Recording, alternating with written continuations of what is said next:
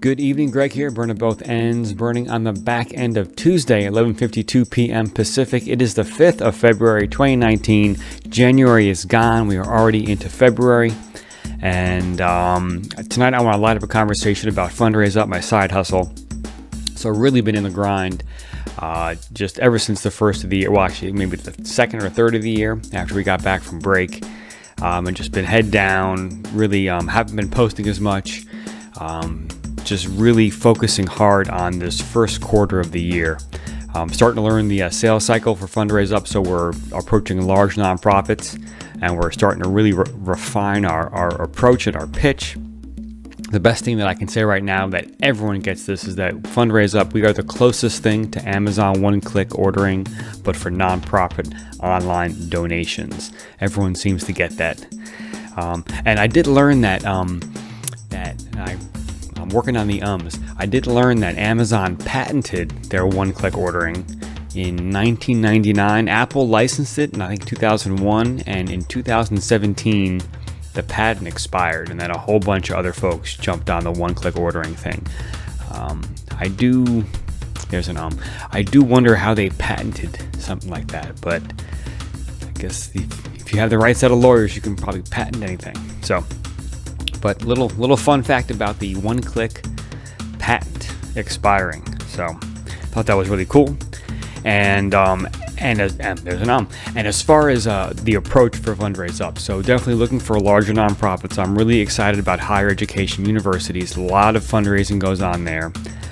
I'm still doing customer discovery on whether or not that is a market for us. It seems like it is. I'm reading a bunch of really good reports written on last year on trends, and especially online trends, and a lot of things are pointing to the fact that universities are really nicely positioned to take advantage of what we have to offer. And so right now I'm talking to a bunch of universities, and I'm starting to understand their timing and how they go about looking at things like this. I've already hit a bunch that are involved in large RFPs, right? That's a request for proposal. So it's a process where the university, right? A lot of these public universities or large universities, right? They have a very formal procurement process. And so I've met a bunch that are purchasing like the large database CRM type thing, which is not us. And so I'm just curious as to how we fit in. And then I had a very recent meeting with an investor, and he's almost becoming like a mentor to me. This is another gentleman I met way back on April 26, 2018, when I went to UC Berkeley's launch demo day. Launch is UC Berkeley's accelerator, not particle accelerator, but startup accelerator. And that's when I met Ikram. That's when I learned about ENTs. But I also met this other gentleman named Jeff. And since then, and I met Jeff on that Hova app. I'm not even sure how to say it. It looks like it's WHOVA, I think. But it's one of those apps where you go to an event and you register for the event through the app. And so you see everyone else there, and you can put a little note about yourself. And so I met Jeff through the app. We didn't actually meet at the event. We met later. And just since then, we've met about once a quarter. At first, we were talking about tech transfer. But then that seems to have not gone anywhere. But we still talk, and so we just met the other day, and he had some great ideas about Fundraise Up. And one of the ideas was, and this is what he does. So he does lots of startup consulting and things like that. And where he's moving to now is, right, there are lots of pitch competitions. And instead of pitching to raise money, he has his competitions. He has people pitch for a pilot with a real company. And so what a pilot is just some kind of trial run, some kind of, shorter term engagement where there's probably a lot of freebies in it, or a lot of kind of front end value add, if you will. But the way that he frames his pilot is, when you do the pilot, before you start the pilot, you've already agreed on what are the KPIs, the key performance indicators. The company figures that out, right? The person that's, that you're prospecting gives you the KPIs, and then as the startup, I determine what kind of performance we can generate or provide based on those KPIs. And there's a duration of the pilot. Let's say it's 1 month or 6 weeks or whatever it is. And the whole point is that on the front end, before the pilot starts, you do all this work to figure out the KPIs, what's the result or what's the predicted result from the startup. And then if the startup hits that result, the company or the prospect agrees to buy a contract of some sort. So let's just say it's fundraise up. So the pilot would be, let's say it's a 1-month campaign where there's lots of freebies around the campaign that we offer.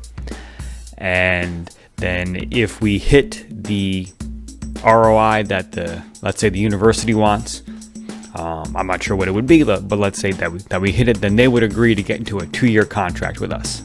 Something like that. That way, before the pilot starts, we all know what's going on. We all know what the KPIs are. We all know what's at stake here. And then when the pilot ends, we all know what the logical next step is. If we didn't hit the mark as the startup, then we move on, or we, maybe renegotiate. If we did hit the numbers, then we're in contract. And what this investor is telling me, what Jeff's telling me, is that it's really hard to get investor money without market traction. And this is my experience too, right? As an investor, and I've listened to many panels of investors. I've talked to many investors, and they want to get their money back. And if there are no paying customers, that's a very difficult thing to do, right? If you're just kind of in your own little startup world and you don't have any real paying customers, the return on that investment is even further away. And so what Jeff is telling me is that it's more important to get traction in the market, and that will get you investment dollars. And so I love the pilot idea. We have been at Fundraise Up throwing around a few ideas on a pilot, but this really formalizes it. He sent me a template, so I have something to work with. And so I'm psyched to get this together. And so I have a really important meeting next week with a very big university. And this is like the very first meeting, right? So this is, I'm not even sure if it's right. It's probably not even the right person. This person is in the development office, but he's probably not the direct person I want to speak to. But the way it works is, right, a warm introduction is a warm introduction. You kind of just get a foot in the door, and then that person can hand you off. So not really sweating it. And also that just the sales cycle here is rather long. And so I expect this to be the first of many meetings. But with this pilot idea, I hope that we can short circuit a way to just getting to the pilot and them trying us out. Do that kind of quickly. I'm curious as to, not to rush it, but just to get into the pilot fast, because it's simple, it's easy. It could be extremely effective for them, especially if it's successful. So very excited about that. So I am in the process of putting together a white paper. So I'm reading a bunch of reports from last year on just online giving stats and things like that, so I can put together a report that really reflects the 3 pillars of what we provide. And those 3 pillars are, right, we attract people to the donation button, we push people to, or entice people to become monthly donors instead of one-time donors. And then we also have this super high conversion rate of over 30%.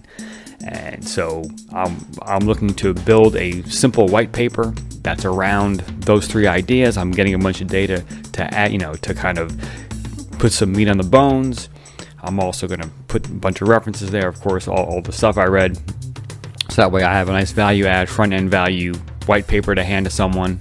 And since it's, a university, a white paper is a very common theme at a university. And then with that, and then with the pilot offer, I think that's a really good kind of 1-2 punch.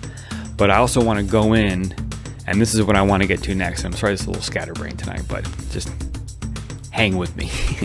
So part of what I want to do with this white paper and the pilot offer is I want to do like a 30 or 40 day sprint, and starting maybe like next week. I think I just need maybe another 5 or 6 days to get the white paper together. And then also put the pilot offer, really have a nice substantial thing to present someone. And so what I'm going to do is a 30 to 40 day sprint where every day I'm going to be reaching out to universities all over the country.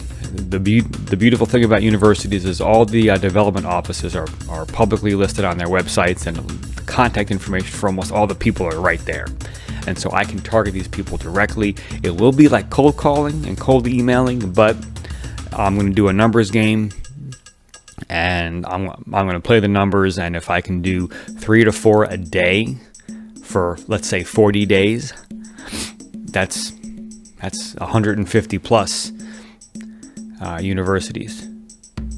Oh, I was wondering what that sound was. That's a car alarm outside. So I figure out of 160, I'm only looking for just a small handful, even just one. When you really think about it, one decent sized university accepts our platform and goes for the pilot. I think I'll get more, but we'll see.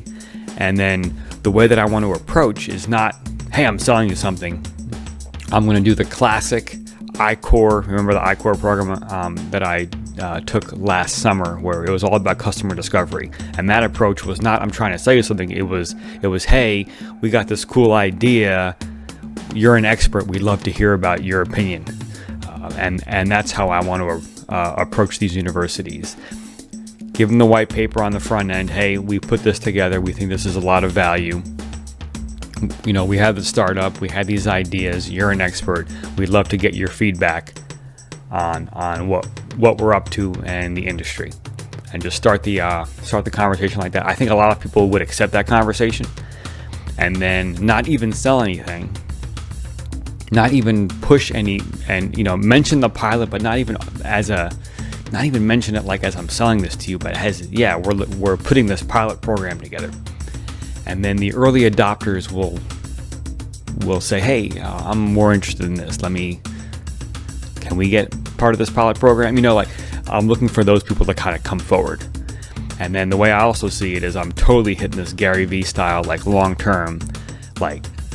I'm setting myself up to crush it in 2020. Hit the mic stand there, to crush it in 2020, right? And so that really changes my perspective on approaching people right now. Even though I think there is a window right now between now and maybe April, the end of April, where I might be able to find some people that are interested to try something new.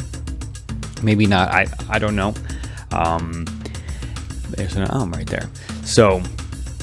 But the way I see it is, if I can hit 150, 160 universities, contact them, and let's say I speak to a quarter of them, that might be a decent conversion rate.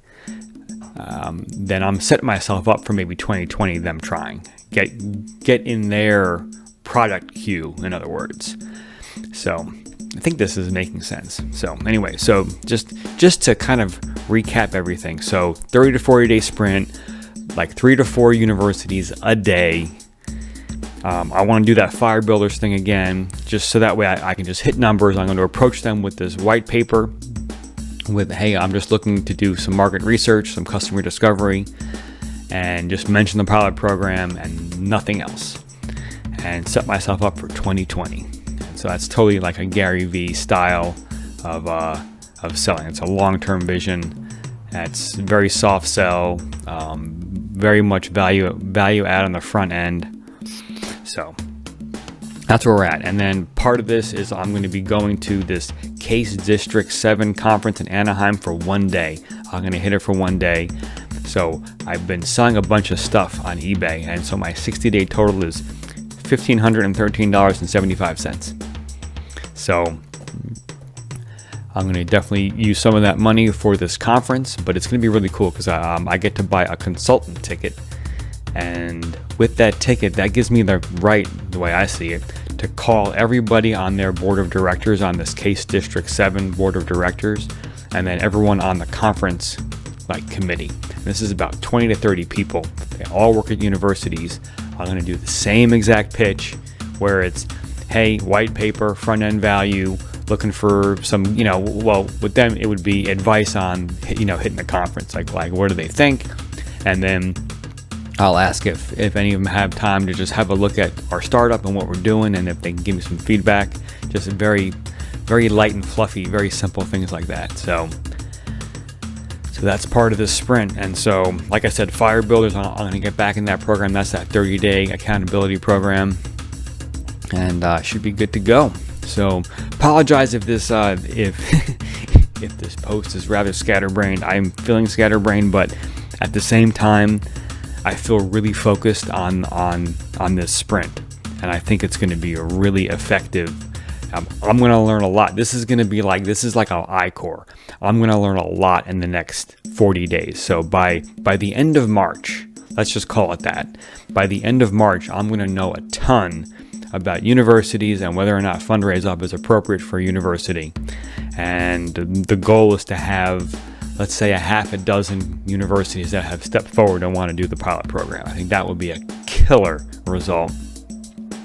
And it could be the thing where I get punched in the face several times, and I get, and my baby's called ugly, and no, says the university to Fundraise Up. I mean, that is a possible outcome. And the way I see it is, let me get to that outcome as soon as possible so I can throw this away.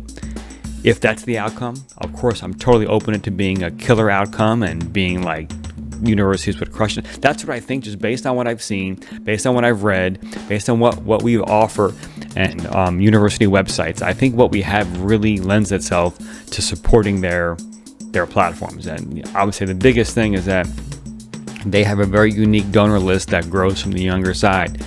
And the younger side, those are the digital donors. That's the long tail right there. And those are the people that we want to entice with our widget. That sounds kind of funny. Entice with our widget. So anyway, rocking and rolling, head down, grinding, really enjoying this work. It's really challenging work, but at the same time, it's very fulfilling. And if because of my hard work and because of Peter and Yuri's hard work at Fundraise Up headquarters in Brooklyn, we can really help these schools raise more money and educate more kids. I think that's a great mission. And of course, I'm still pursuing other nonprofits, non-educational nonprofits. Actually had a great call today. Went to an event over the MLK holiday and just sent a bunch of emails afterwards. There were a bunch of nonprofits there and had some great experiences, had my daughter there, and so was trying to connect with them. And so one of them got back to me and said, "Yeah, I'd love to talk to you." So had that call today. So we will see how that goes. And that's about it. So I will wrap there. So this is all about my scatterbrain journey, being an aspiring entrepreneur. And a lot of fun. I love the side hustle.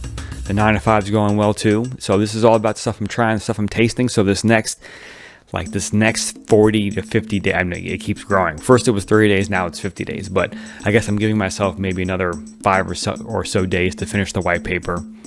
And then it's just going to be this sprint, just this nonstop, just barraging of universities and talking to people.